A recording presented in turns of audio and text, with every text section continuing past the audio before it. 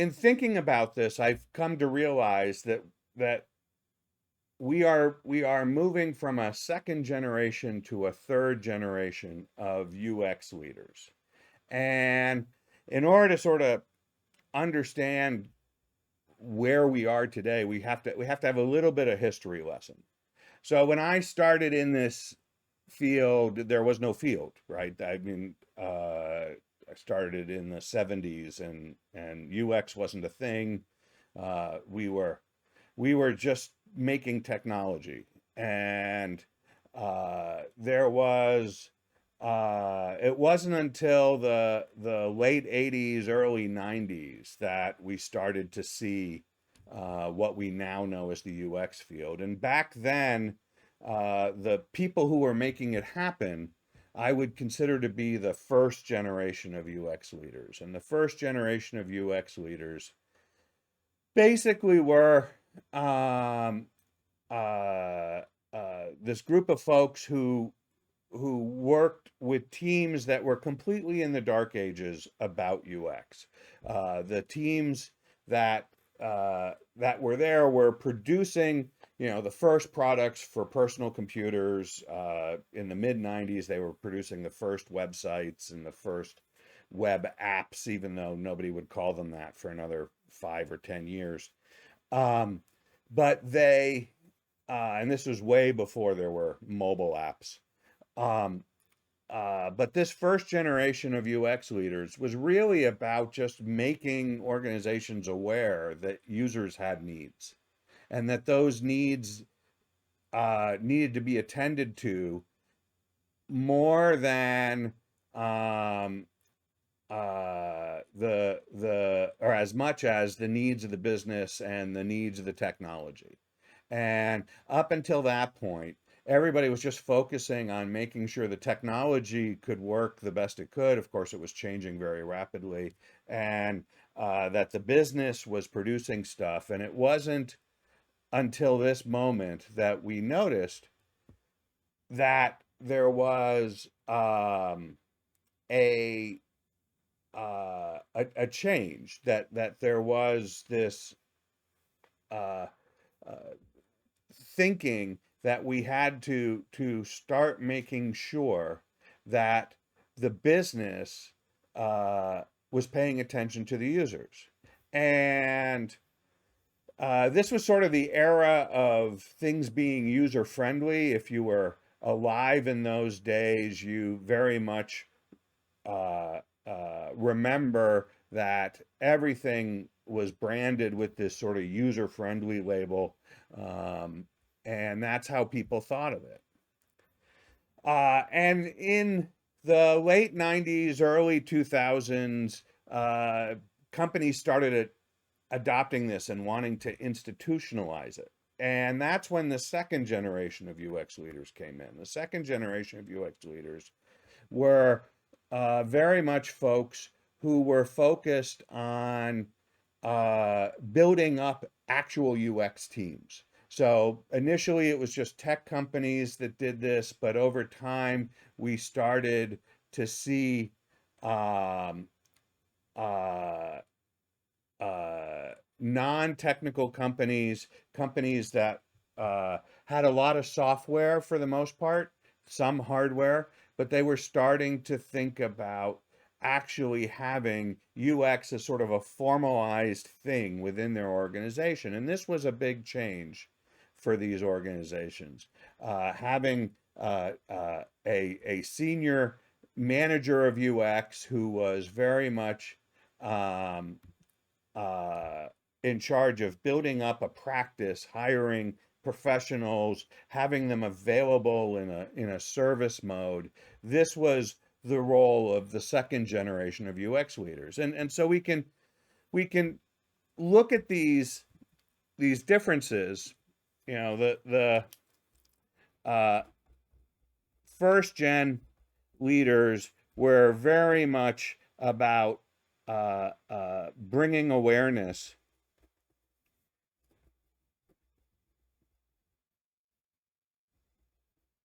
of UX. And the the second generation leaders were more in the game of building UX capability.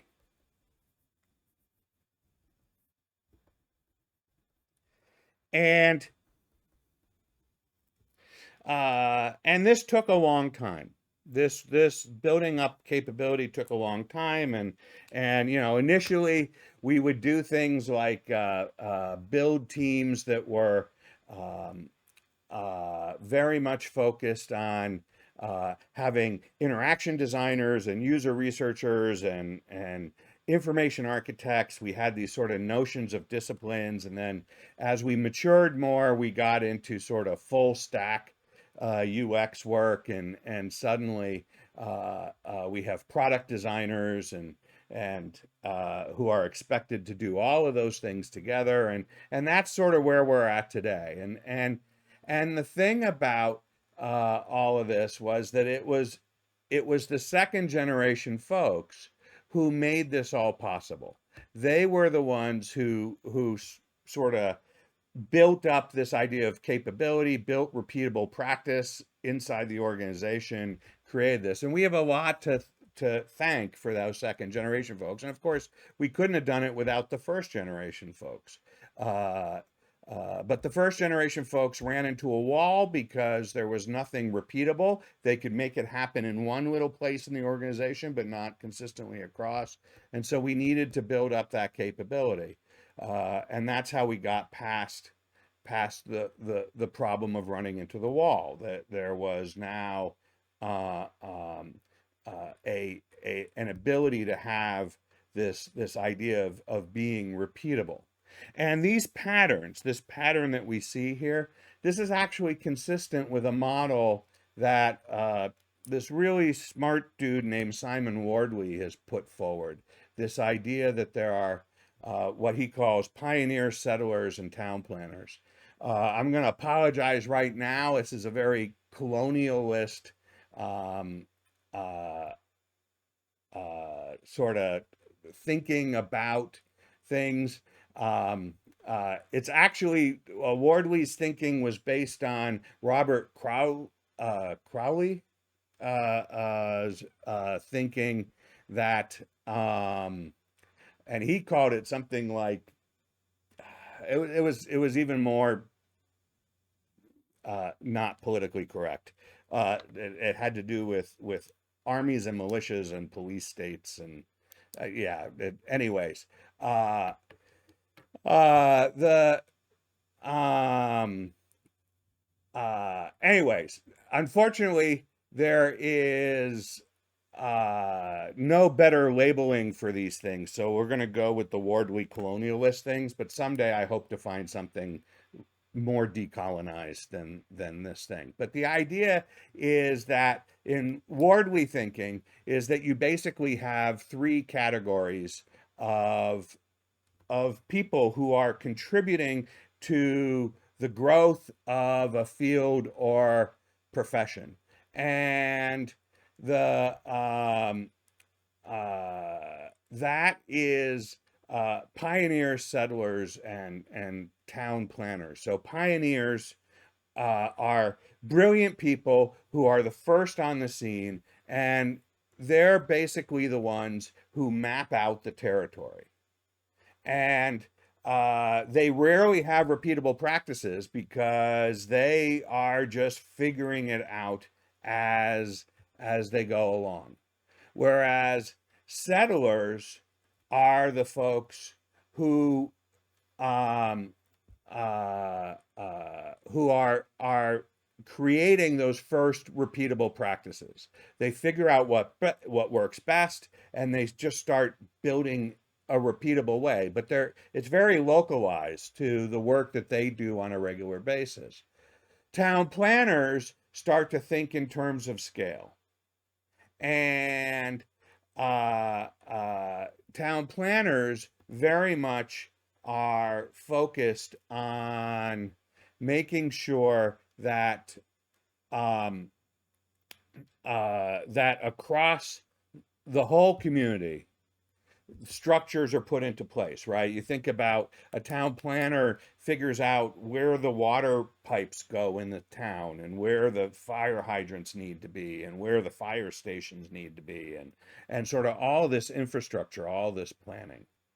And so we can think of the this model of pioneers. They're brilliant people who map out the territory. Settlers are brilliant people who then figure out how to, in a colonialist terms, extract as much value as possible from the area, and then town planners figure out how to scale it into something much more institutional. And that's what we're seeing happening here. Basically, what we're seeing is that this first generation, these folks were the pioneers. And the second generation, these folks were the settlers. And so basically, what we're waiting for is a third generation, which are in essence the town planners. And this third generation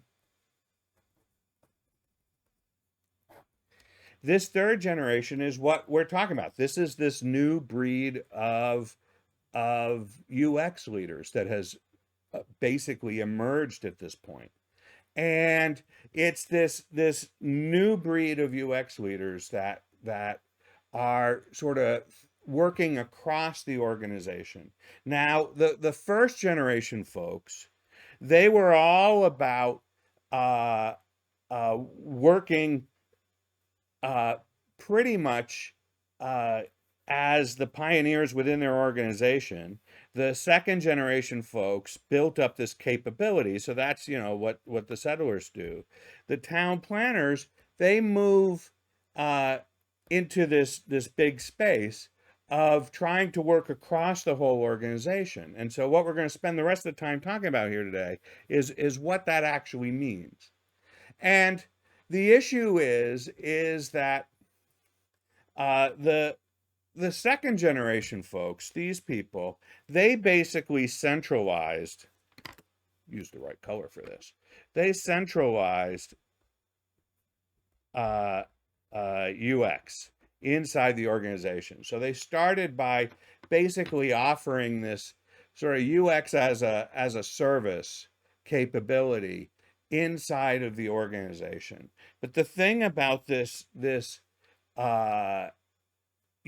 centralized UX is that individual teams run into a problem. They run into the problem of feeling like they can't get enough of this centralized team. After all, the centralized team never has enough resources to serve the entire organization. And because it doesn't have enough resources to serve the organization, everything feels like it can't move fast enough. They can't get enough of those resources. And so the issue is that there's the of what's going on is that teams start to want their own UX professionals, their own folks who are embedded in the process. And the key thing is that that embedding process tends to basically split the governance, right? Suddenly, the people who are part of the UX team get embedded, or the individual teams start to hire their own UX professionals, and you lose the continuity, you lose the governance that creates coherence across all the different teams. And as a result, you end up getting siloed behaviors. You start to see that each individual team is taking their own approach to UX, and the experience that users have becomes massively disjointed. You can try to fix this with some amount of operationalization, such as creating a design system or creating standards that are used across the experience, but nobody's really working on entire experience UX, right? Product managers are each given their own little products. The teams are then staffed with each of those products, and you end up with this sort of siloed approach. And that's the wall that the second generation UX folks have run into. Remember, the first generation folks ran into a wall because they couldn't get standardization across the process. The second generation folks are running into a wall because the experiences are siloed to the individual teams. And as a result, this centralization is creating a big problem for the teams themselves. And it's that big problem that that we're really talking about here today, which is that we need leaders who can bridge across the organization and create basically a cohesive experience for everybody who uses the product.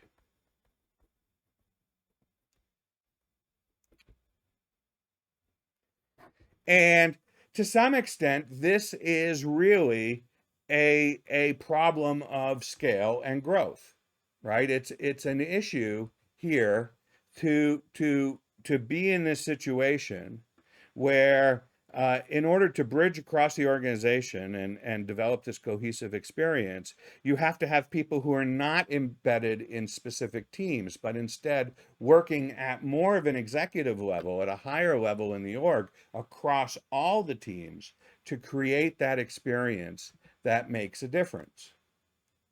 And so that's what this new breed of leaders, this third generation of leaders, is supposed to do. Now, I want to point out, and it's very important to mention, that we're at this situation where basically the we need to bring in leaders who have a different set of skills than the leaders who got us here. The people who are those second generation folks, they are still working on sort of the tactical processes. And that's really and that's great, but that's problematic. And one way to think about this is we have to focus on this idea that basically there's a difference between managers and leaders. Managers are appointed by the organization, and managers have direct reports. And managers are very important. They keep the organization effective. The goal of a manager is to make their team effective.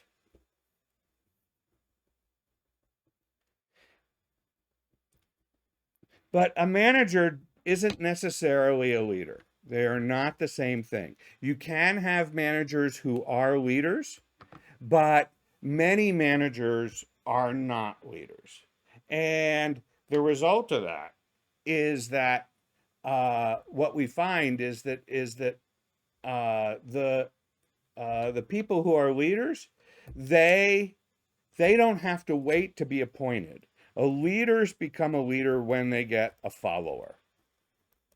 And the way they get a follower is that they have a compelling vision,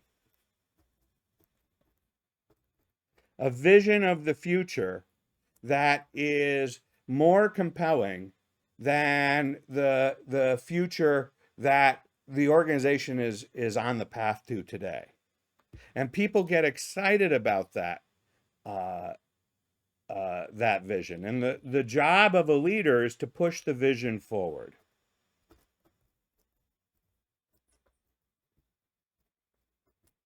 So that's the goal, is to uh, make uh, uh, the process of this new vision uh, real in the world. Now, the second generation leaders, their vision was to build up this sort of centralized UX capability, to really make the machine of producing UX their vision. But the third generation folks, they need a different vision. It's possible that a manager can be a leader. There are lots of organizations where managers and leaders are both the same, but they have different dynamics. Managers work under role power. Their appointed position basically gives them power because they can go around and give people promotions and give them raises, and in some cases fire them, and in some cases hire new people to replace them. So they have a fair amount of power, and when a manager asks you to do something, you do it whether you want to do it or not, because your manager has basically ordered you to do this thing, and you want the benefits of that. So that's key. But leaders lead through inspiration power. They don't have direct reports. They don't have that control to give you the extrinsic reward. So they focus on taking advantage of your intrinsic reward, the rewards that are basically the ones that push us to really want to do something above and beyond what we're being asked to do, because we're inspired to do that. And that's what leaders bring to the table. Managers can only take things so far. A manager is as soon as the manager leaves the room, if you don't want to do something, you just stop working on it. But leaders are the ones who truly make the vision happen. And like I said, in a lot of organizations, the managers are also leaders, but they don't have to be. And more importantly, you don't have to be a manager to be a leader. You just need a compelling vision that your followers get excited about. So suddenly, this opens the door for lots of people, not just the people who are currently UX managers, but the people who really have a vision for what the future could be. They're the ones who are in a place to develop what this new third generation can be. And interestingly enough, the second generation folks, they were not managers either. And the first generation folks, they were not managers either. This leadership always comes from someone with a compelling vision. And one of the interesting things about this is the way you can think of a vision is the vision is a future that we're heading on if we basically do nothing different. So this is where we are today. This is where we'll be in the future. If we do nothing different, that's what this line represents.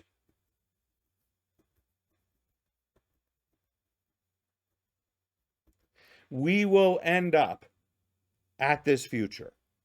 There are problems with what we're dealing with today, And in the future, those problems will still be here because we're doing nothing different. In fact, we'll probably have a few more. But if we think in terms of an alternative future, a better future, so we can have a better future, whatever that is. Better UX, better experiences for our users, more human-centered, whatever that is. All of those problems that we have today, they're all going to be solved. That's what the better future offers. And what a leader does is they express the difference between that future that we're going to get if we do nothing different and the future we're going to get if we do something different.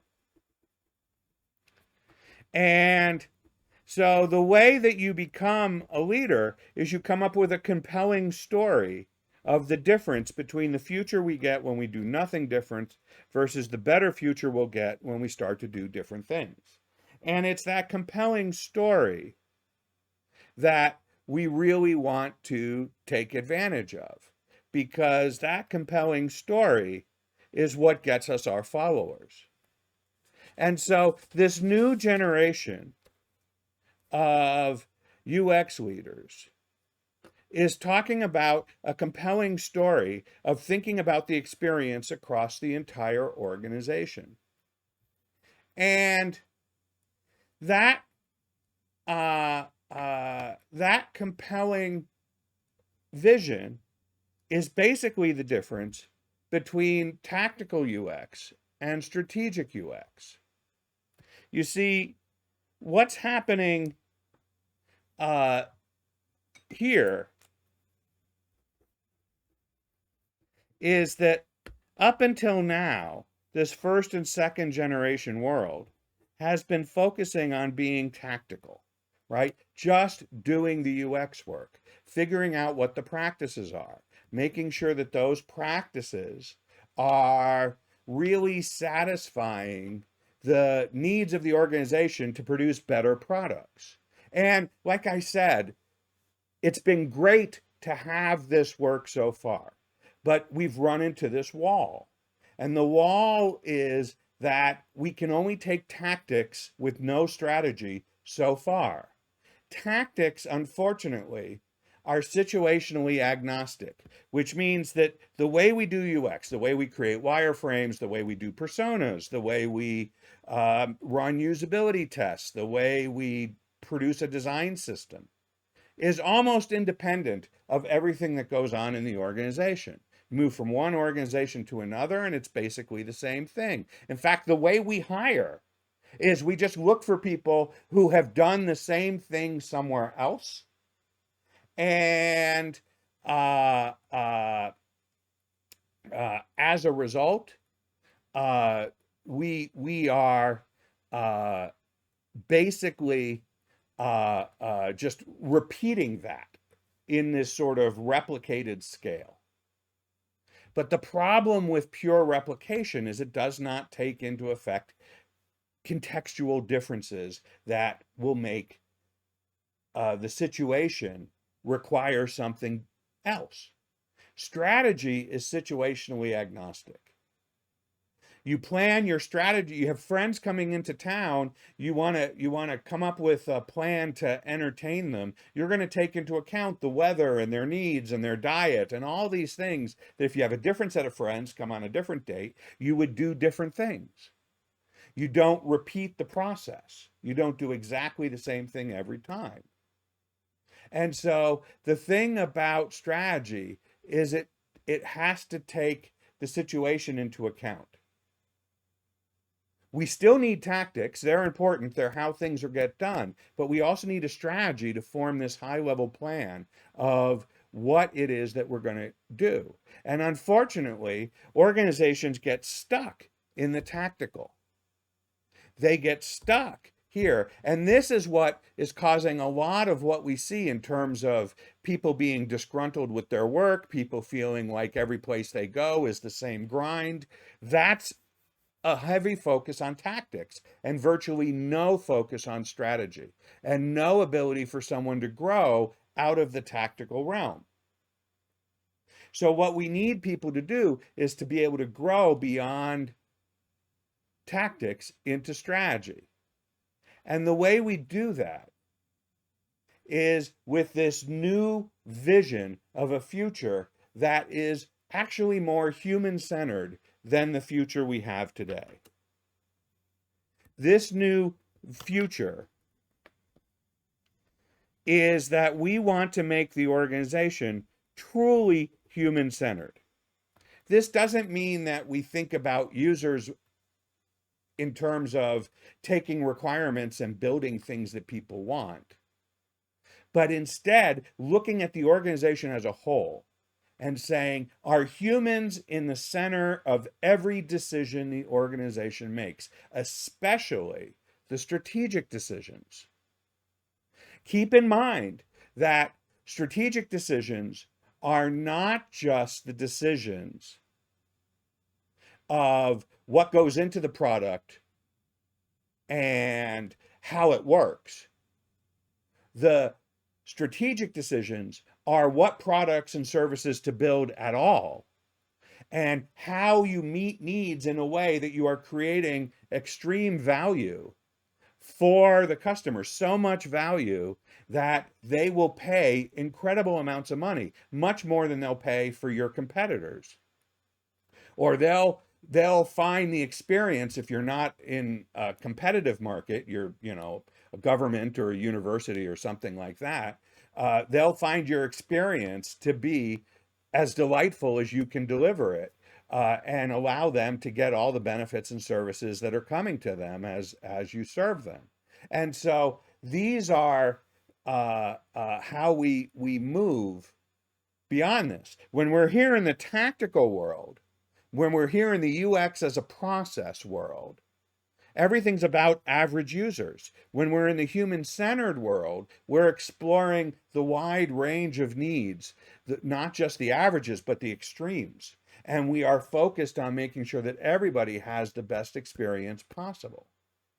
And so that's key. The third generation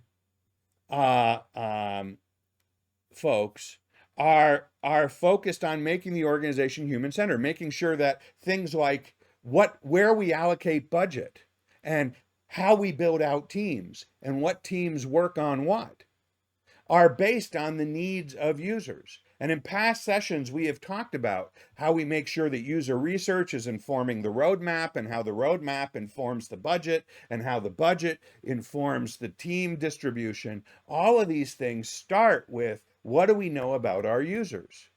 Do we have the expertise on who the users are, what they need, what their current experience is like, and what their future experience should be like? And what we're doing as a leader is we are identifying latent challenges. Latent challenges are challenges that the organization is running into that they may not realize they are running into, that's what's holding them back. It's different than active challenges. Active challenges are, they can see a problem and they know exactly what to do to fix it. Latent challenges, in many cases, they don't see the problem because they have been working this way forever. It's like fish not realizing that they're in water. And the problem is that without being able to see those challenges, they can't improve on them. They can't overcome them. And so a lot of what this third generation UX leader needs to do is actually start identifying and amplifying these latent challenges. And so that becomes key. And what we end up doing is focusing on becoming proactive.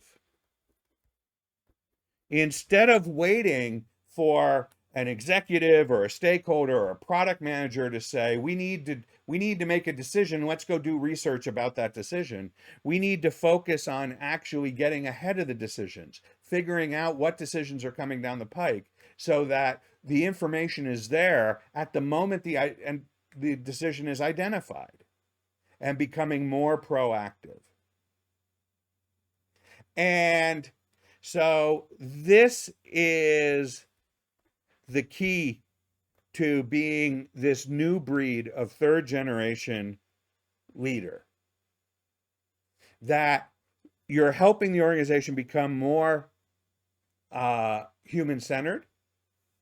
You don't have to wait to be appointed to do that. In fact, the organization does not want you to wait. You just need a compelling vision of what it means in your organization to be more human centered. That's going to be the better future than the one that is currently not really human centered at all. And then you win over the stakeholders and the executives on that better future. And they can give you their role power, because one of the things about role power is that they can give it out. They can say, hey, Carly has a fantastic vision. We should do Carly's vision, whatever that means. So they can give their role power. When I was in the White House, we had a specific name for that. It was called air cover. And so you can give air cover to a leader, even if they don't have the specific authority to make something happen. You give your authority to make it happen by saying, everybody pay attention to Carly. She's got this great idea, and that's what we're doing. And so third generation leaders are going to initially not be managers. They're going to be people who can see the difference, probably because they've been neck deep in it for so long. They see it more than anybody else can. And it's going to focus on latent challenges. It's going to focus more on the needs of the organization and matching that to being human-centered. It's going to be focused on becoming more proactive and making sure that every decision is a strategic decision. And that's what this new breed of UX leader is going to do. Jared here. Thanks so much for watching. If you enjoyed this video, please give it a thumbs up and consider subscribing so you'll get more videos like this. If you have any comments, questions, or thoughts, feel free to drop them in the comments below. I'd love to hear from you. And hey, consider joining our Leaders of Awesomeness community. It's completely free, home to over 50,000 UX leaders who regularly share questions, ideas, inspiration about their experiences. The link is in the description below. Thanks again, and I'll see you in the next video.